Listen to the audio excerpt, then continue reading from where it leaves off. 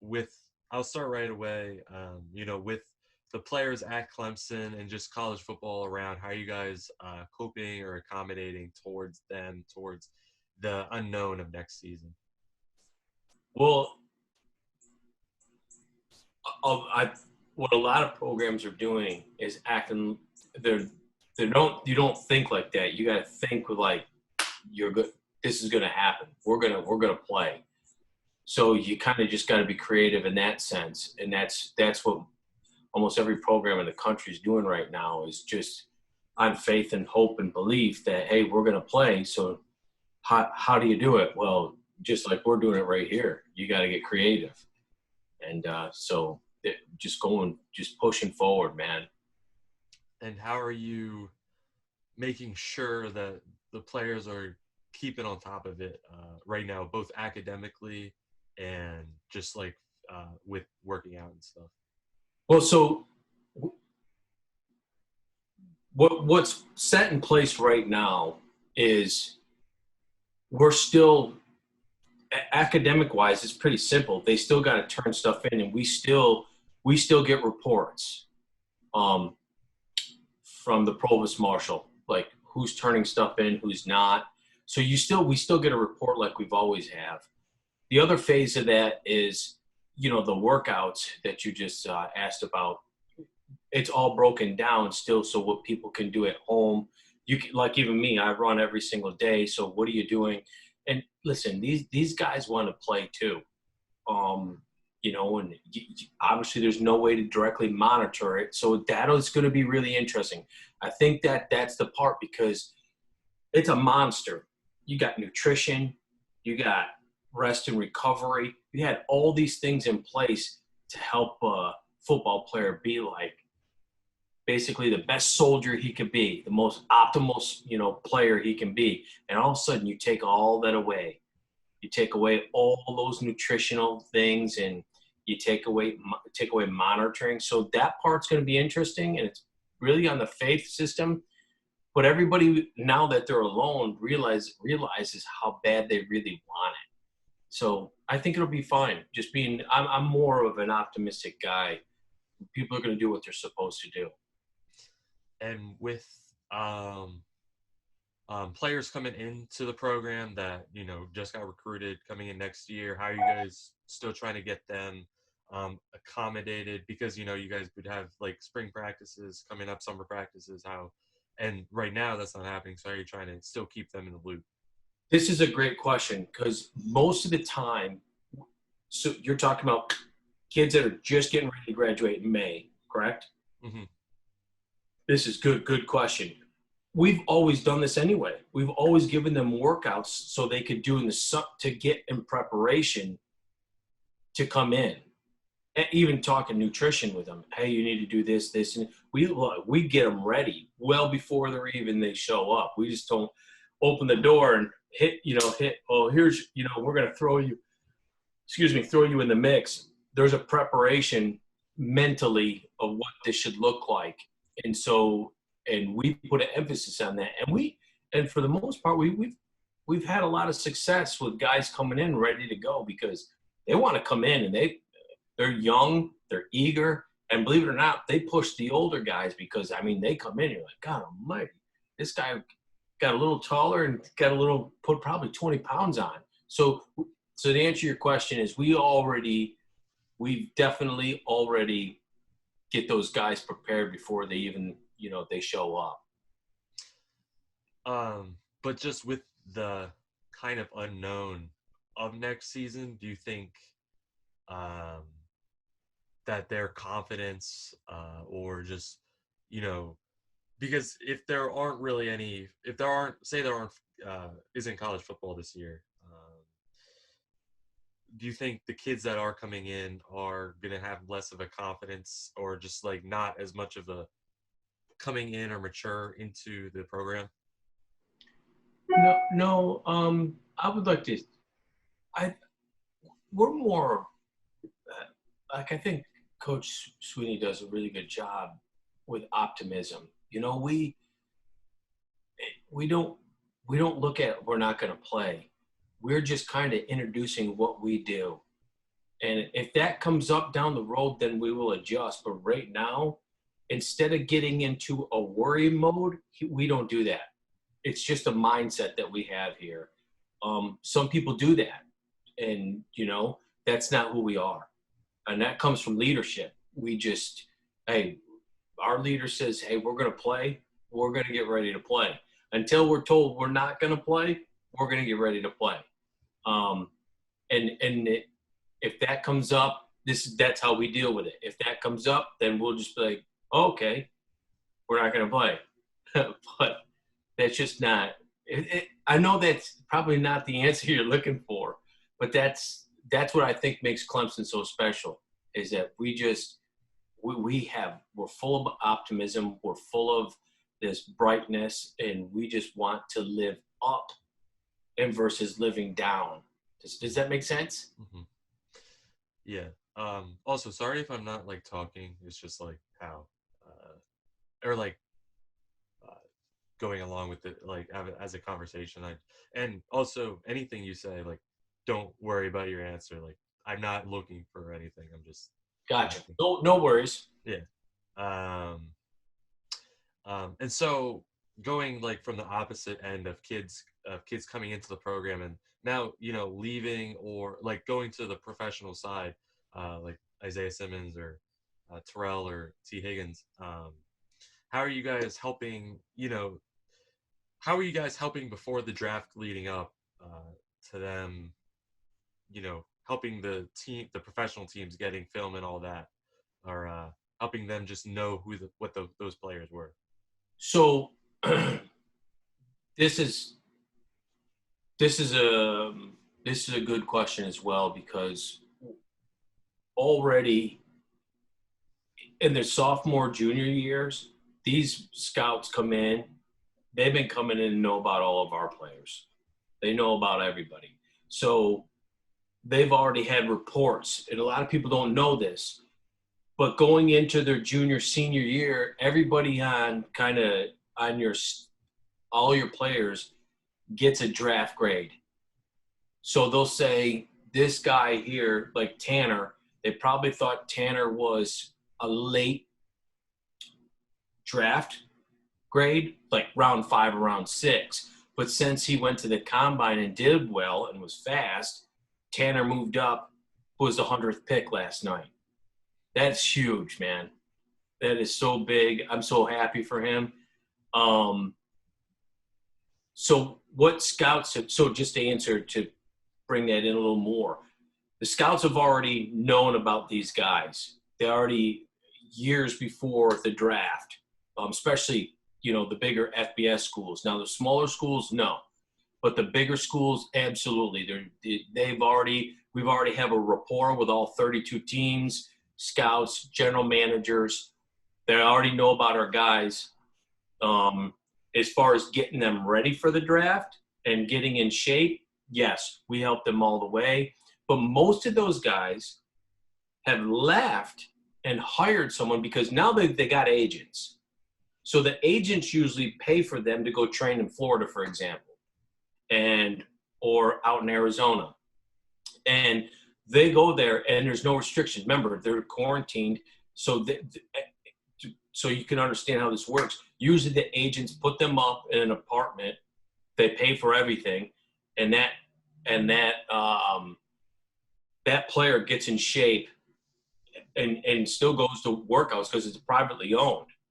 So he's in a one-on-one with a guy so they can practice, safe distancing and all that and it's just him and that coach in that area. So that's how they still get ready. And now with the draft being virtual this year, how is it different as a coach perspective, seeing your guys get drafted but not really walking the stage anymore like in the years prior? Yeah, that for me, all right, I'm old school. I like it. I like the flash of it, but the flash is only the first round. After the first round, I just make this, and it probably sucks, but especially maybe the first 2 or 3 rounds, I like it. But after that, I kind of like the speed of how they done it. You know, you know, I feel bad for some of the guys because they didn't get a chance to walk. But if you think about it, really the only ones that walk is the first and second day. You know, really the first day because there's only so many that go. So I kind of like the speed because have you noticed how fast it was? Yeah. It is like fast, and it's almost like the communication is better because everybody's got this in their hand. So it's kind of shown that, hey, this could be more efficient, and not so drawn out because it's been so drawn out with commercials and this and that. So I personally like it because it gets it over with, and you know what? Let me speak to you spiritually here. I think God is slowing down the world. He said, enough. You know what I mean? Get rid of the commercialization, all this money stuff. Everything's money driven, not relationship driven. This, the way things have happened, like that happened in the draft, it's taken out all the commercialized stuff. So it was people were able to get right to the point, and these people just feel amazing, and it allows them to live. You add in all the commercials and all the money and all that and all this and that, it becomes a distraction from what's important, and that's the relationships between the players, the organizations, the coaches, and that's, to me, without getting too political and everything, that's some of the problem. And so I answer all that to answer your question. I like the format. Let's get it done with. Let's speed it up, and enough. You and I can do fantasy football draft and be done with it in an hour. These guys take days. It's like, are you serious already, buddy? You can't, So I know I get excited about stuff like that. I just did. So man, I appreciate it. Sorry for the long-winded answer. It's fine. Plus my coffee's kicking in. Um, and with kind of not towards the guys that, with Isaiah Simmons and like T. Higgins, they knew they were going to get drafted. But like players that aren't getting drafted, just all around college football, how do you feel their preparation towards it is a little bit different without like a different, you know, just how they're going about it with the current situation kind of makes it a little bit different. Yeah. So I have some players in mind as you're saying that, and they prepared differently because they don't know. And all they do is they kind of train locally. They train locally, usually at a field with someone they hire, or someone close, like a friend or something, that'll hire them. And then if they can't, then our staff would give them workouts, give them here's what you can do. And they'll help them, and, they're not going to be out there with them because our staff can't be, you already left the program. Since you left the program, we're not going to just abandon them, but yet you've got to help them and guide them in their workouts, give them something to work out for. But usually there's a group of 3 or 4 of them that can all train together. And it's kind of some guidance has been given to them from our staff. So that's how you handle the ones that are not going to be drafted. And you talked a lot about the confidence of having a season, but do you think there's gonna be some pushback in the community once things start to heat up towards the season? Do you think there's gonna be pushback, or to make the season delayed, or maybe not even a season at all?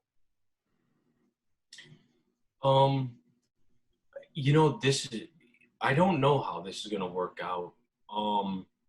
I think it's going to be a little difficult. It'll be challenging, but I believe that people will be happy that we have it. I mean, I know me. Look at it. we're doing this. I'm stuck in a bedroom. I'm sitting on a Yeti cooler with a pillow on top of it. Trust me, when I get the moment to, I don't even care if there's 15 people in the stands, just to get around people, I'm going to be so freaking excited. Because, man, this has been challenging, man. I mean, you can't, it's not like, and I'm from New York. I'm not near my family. I'm not near my loved ones. You're not with your girlfriend or your wife. This is not easy, when you got separation. So I believe people are going to be excited. I believe it'll be challenging. What is that going to look like? Because here's what I'm hearing on our end. Season ticket hold people haven't been able to get their tickets. They just put a freeze on tuition for 2020 and 2021 at Clemson. So you're like, what does that mean? I mean, does that mean the kids aren't coming back to school? There's some stuff here.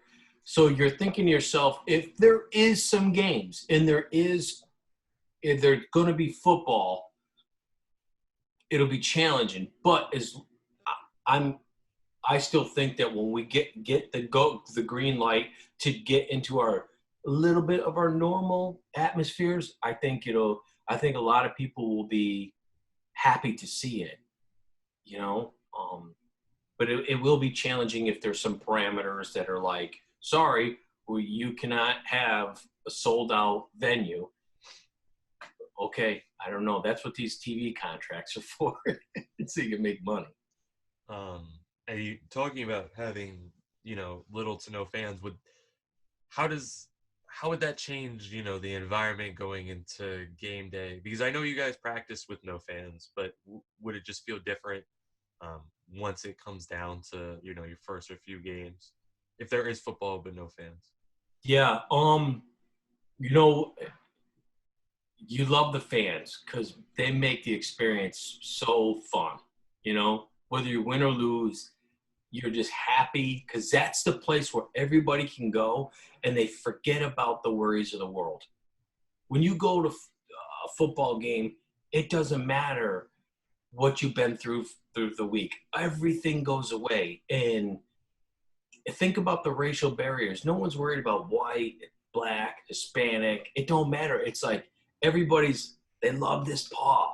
It don't matter where you're from. So everybody, it's what God calls everyone to do, is to love your neighbor as you love yourself. And so that part of the fans, that would really suck. But as far as our preparation goes, we still practice with a purpose. And it don't matter if the stands are empty. It doesn't matter if we're practicing and it's raining or it's 110 degrees. We practice to a standard of excellence. And that's how we're going to play. Whether stands are full or we're in practice, no matter what the weather conditions, you're going to get our best. And that's what we focus on. Control what you can control. And that's what we'll focus on. Okay.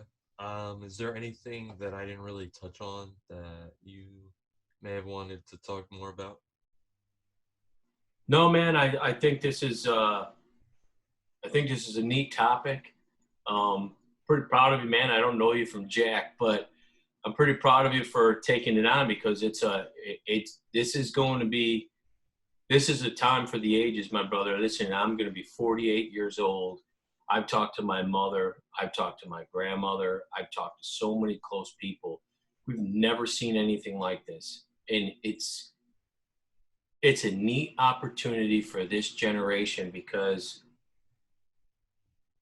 the only thing my grandmother could relate it to is polio and like the difficulty after World War II, and even World War I.